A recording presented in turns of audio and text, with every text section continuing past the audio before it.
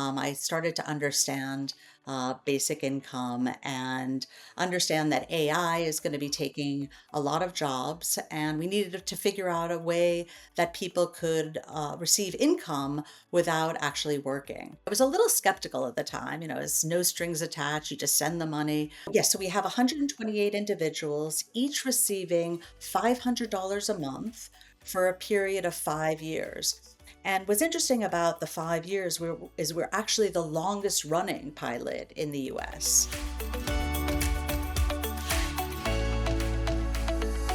Gigi, welcome to the show.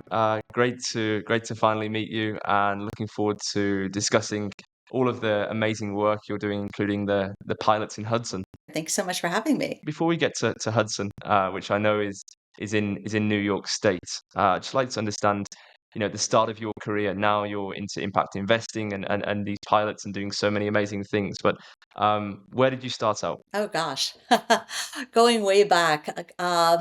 I suppose I started as an art history major in at Cornell, and I guess I've done everything from running bicycle tours to being a corporate lawyer to being a coat check girl at Restaurant Danielle in New York.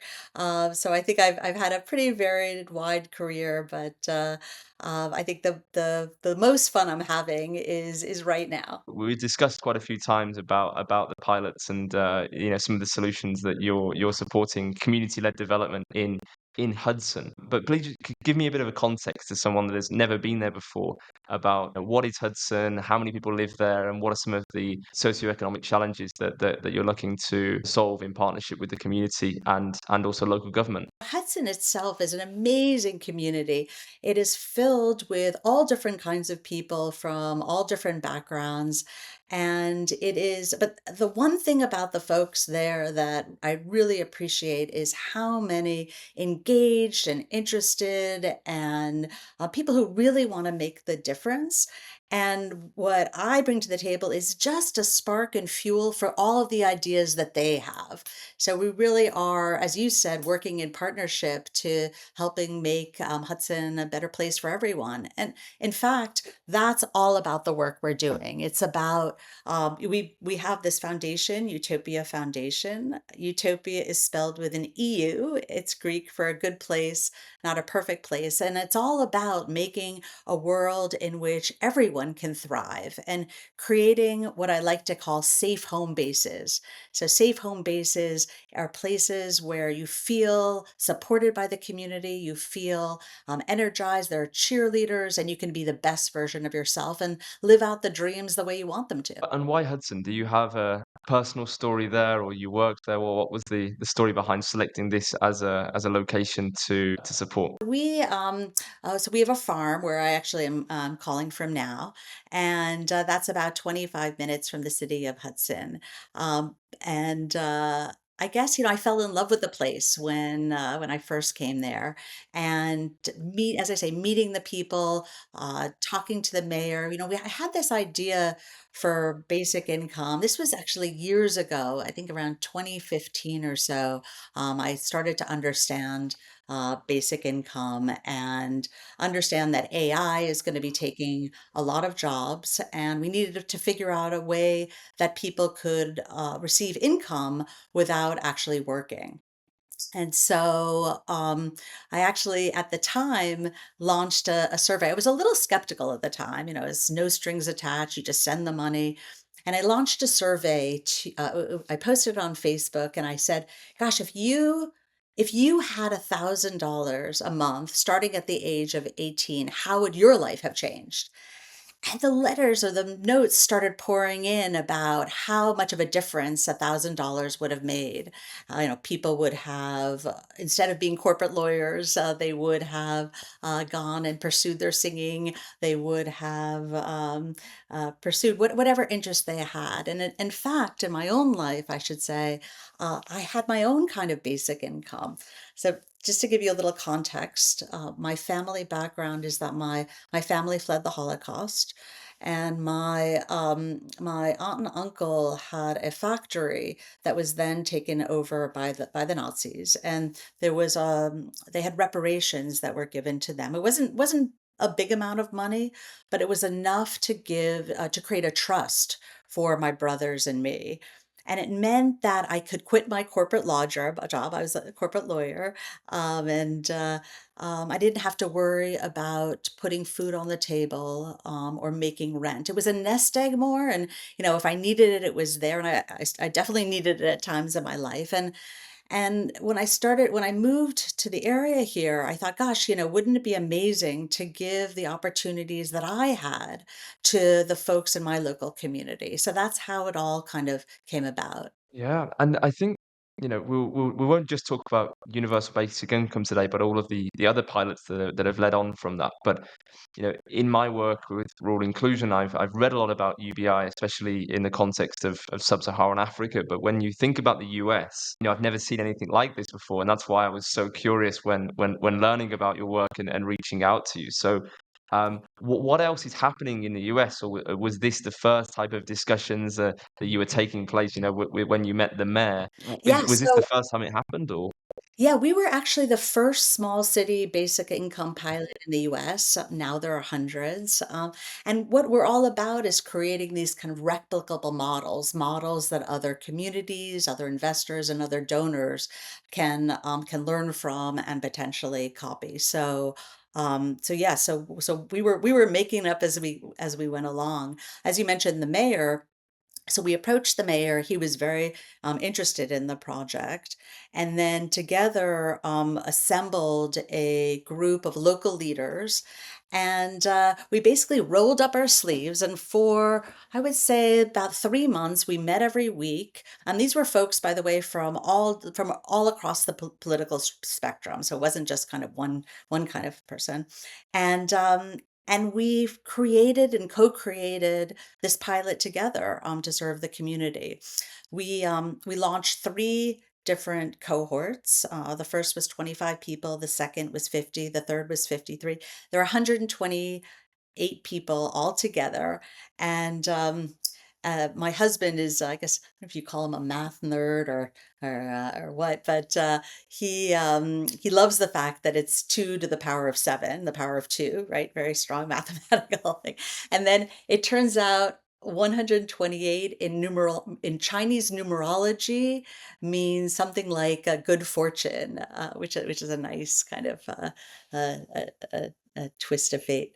Um, so yes, so we have 128 individuals, each receiving $500 a month for a period of 5 years. And what's interesting about the 5 years is we're actually the longest running pilot in the US. And the reason we chose 5 years is because most pilots are 1 to 2 years, but the minute you start the pilot, you're already looking to the end if it's only a year or two, right? And so we wanted people to have that length of time to really realize their dreams, to figure it out what's possible, and to be able to start executing on it. And what was the initial community perception and other stakeholders when you brought this idea, right? 128 people, over the three cohorts that are $500 for 5 years. That's a serious investment into this project. So what were the initial perceptions and questions that you were being asked? Well, first of all, there was a issue of trust, right? People didn't quite believe that here we were saying $500 a month and no strings attached. You didn't have to do anything. You didn't have to participate in a study. You didn't have to answer questions.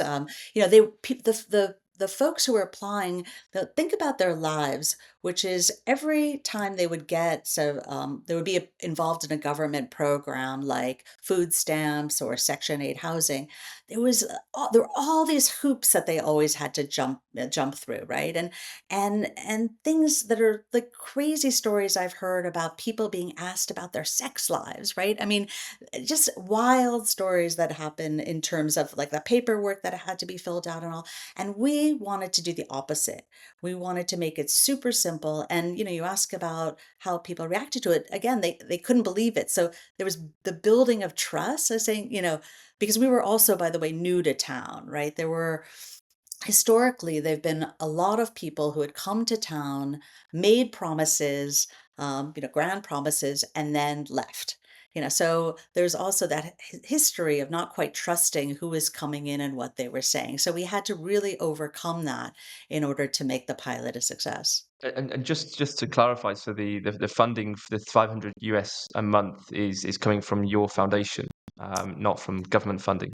No, not from government funding. Yeah, it's funded by us. Correct. And why did you choose the 5 year? I know you mentioned about the math calculations, but why did you choose that it was 5 years and not shorter or longer as a period of time? Yeah, well, for us, 5 years was the amount of time it took for it was a long enough time that people could really figure out what is it they wanted to do in life, how to use the money, become comfortable with it, and not just have it be this fleeting, uh, you know, bit of money that then leaves them, right? So we wanted them to have that breathing room to really explore what they're curious about, what they want to do in life, and of course help with day to day. Yeah, for sure. And I guess when assessing the impact of basic income programs, it's so difficult, right? Because there's so many layers to this of the different types of impact and metrics that you can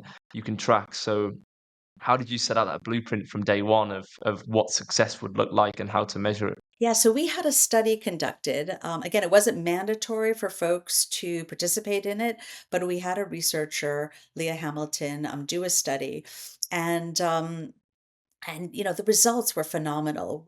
We had better physical health, we had better mental health, we had more community mindedness, more generosity. And this is interesting. Employment had almost tripled among participants, which is quite remarkable. And we dug in a little bit more to figure out what that was about. And it turned out that folks, if their car broke down, they could use the money to fix the car so that they could go to work, or interview for new jobs. Folks who were working for, say, McDonald's or another fast food chain or jobs they didn't particularly care for, they could have the breathing room to leave it to interview. With other places that they might want to really work, right? If they lost the job, it wasn't such a big deal because they had this cushion, that nest egg. It's really interesting about employment, and I wonder about entrepreneurship as well. If you have 500 US guaranteed every month in terms of being more risk taking, the creativity side, did you see a rise in new businesses being started and people becoming entrepreneurs for the first time? Yes, absolutely. We definitely saw folks who were participants who were becoming entrepreneurs who started wanting to start their own businesses. One in particular had this idea and was able to pay the rent as he was launching his business. So absolutely, the entrepreneurship was definitely a result of some of of this pilot. Yeah, fantastic. And what's next? So you have 128 people in the cohort. I'm sure more want to join in the community. How do you select them? I guess I guess it's not just 128 people that applied or wanted to be part of that. So how do you actually select the cohort members? We had a weighted lottery, and the way that Mm. worked is we looked at something called the Opportunity Atlas. And it was a study that was conducted that showed what the likelihood of someone's success was based on who they were, where they lived, and what qualities they possessed. And so, based on that atlas, we kind of gave lottery tickets or more lottery tickets to those who had a low likelihood of success in life. So, for instance, if you were a woman living in a particular part of town, then you might get more lottery tickets than someone else. So that's how it was chosen.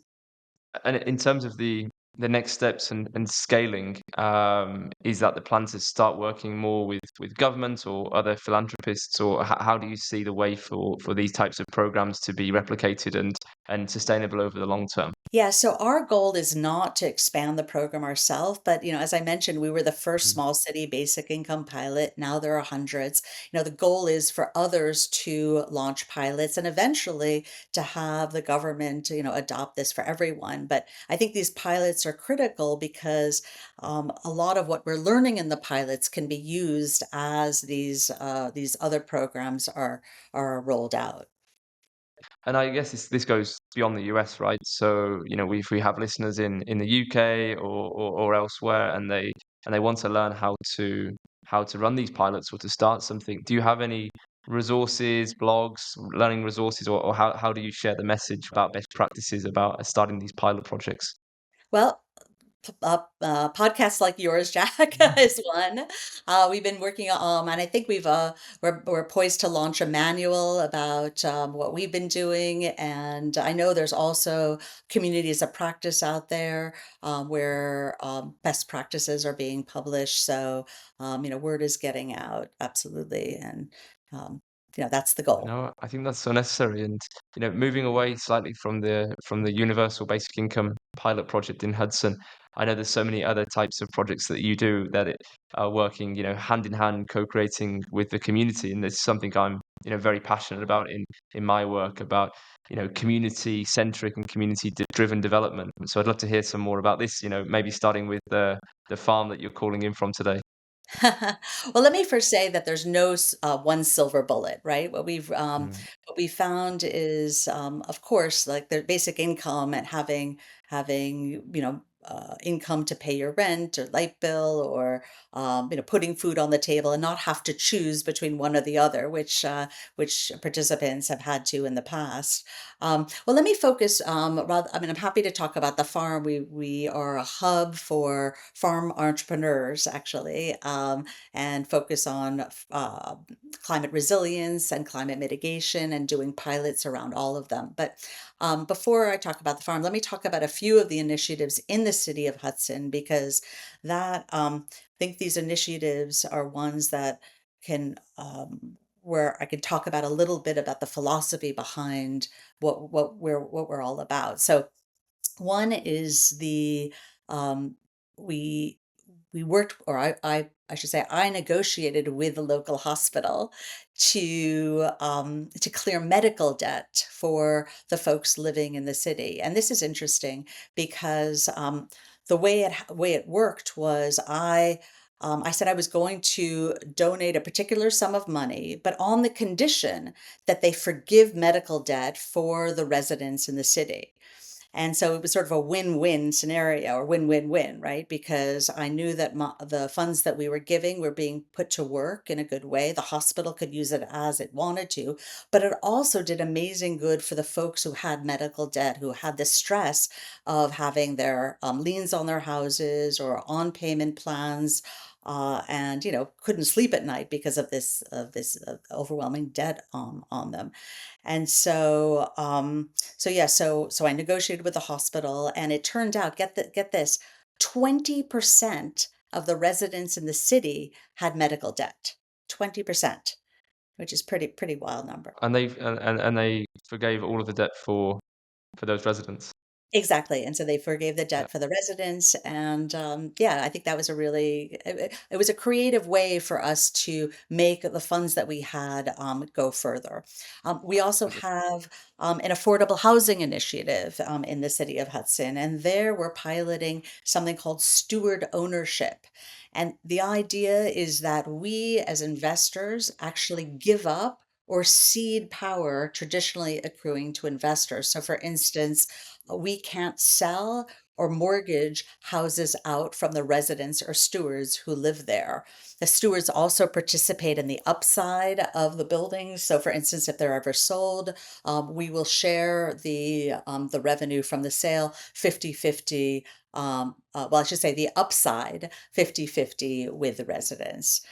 Um, yeah, so and then let me mention one other program in the city of Hudson I think is really interesting, which is about, uh, I guess it demonstrates that I want to make these projects sustainable. One day, as we all, will be here, right? And we want to make sure that the projects can live on without us. And so this program that we have, Hudson Nest, um, what it does is we bought a building whereby the top floor is devoted, or I should say floors, um, house folks who are learning to be healthcare workers, and they pay very cheap rent. It's a co-housing situation. There's an RA in the building there that who's gone through the program they have, who's a local nurse who can advise them. But the neat thing is, on the bottom floor, we have a wonderful store called Jamestown. If you're ever in Hudson, come check it out. It's a beautiful clothing store, and they pay market rate rent. But that program actually supports the program going on above it. Let me mention something to you, Jack, which I sort of live by at this point, which is the about a year ago, I attended a conference, and it was a longevity conference, and there were scientists there that talked about they talked about the biggest factors that lead to living a longer life. And do you know what those factors are? Any guess? Um, don't know. Nutrition, sleep. You Uh, think? Turns out the two major factors of living a long life are community and purpose. And, this is all about the work we're doing is working together with a local community, having real purpose is ensuring that everyone has a chance to really thrive and creating a safe home base for everyone and really sparking it, using our funds to spark that so they can be the best version of ourselves. Amazing. And I guess, off air we spoke about hyper local solutions, right? That what works in Hudson, maybe best practices can be taken, but they're not necessarily going to be just a carbon copy in another city. What advice would you have if you could take maybe two or three learnings that are, not necessarily directly related to the UBI project or the affordable housing project or the partnership with the hospital, but around how you engage the community and stakeholders that our audience can take away in their projects and communities. I would say the first takeaway would be really to listen to what the folks in the community, what their needs are, what their wants are, what their dreams are. Folks who run community organizations, are part of community organizations, they know what needs to happen, right? They understand the needs of folks living in the community. And, it's really about listening and being able to fuel the ideas that they have. You don't have to reinvent the wheel. Like, work together side by side with folks who run community organizations. They're delighted to help and want to be a part of it. And working in community, right? The community and the purpose, leading to the longer life.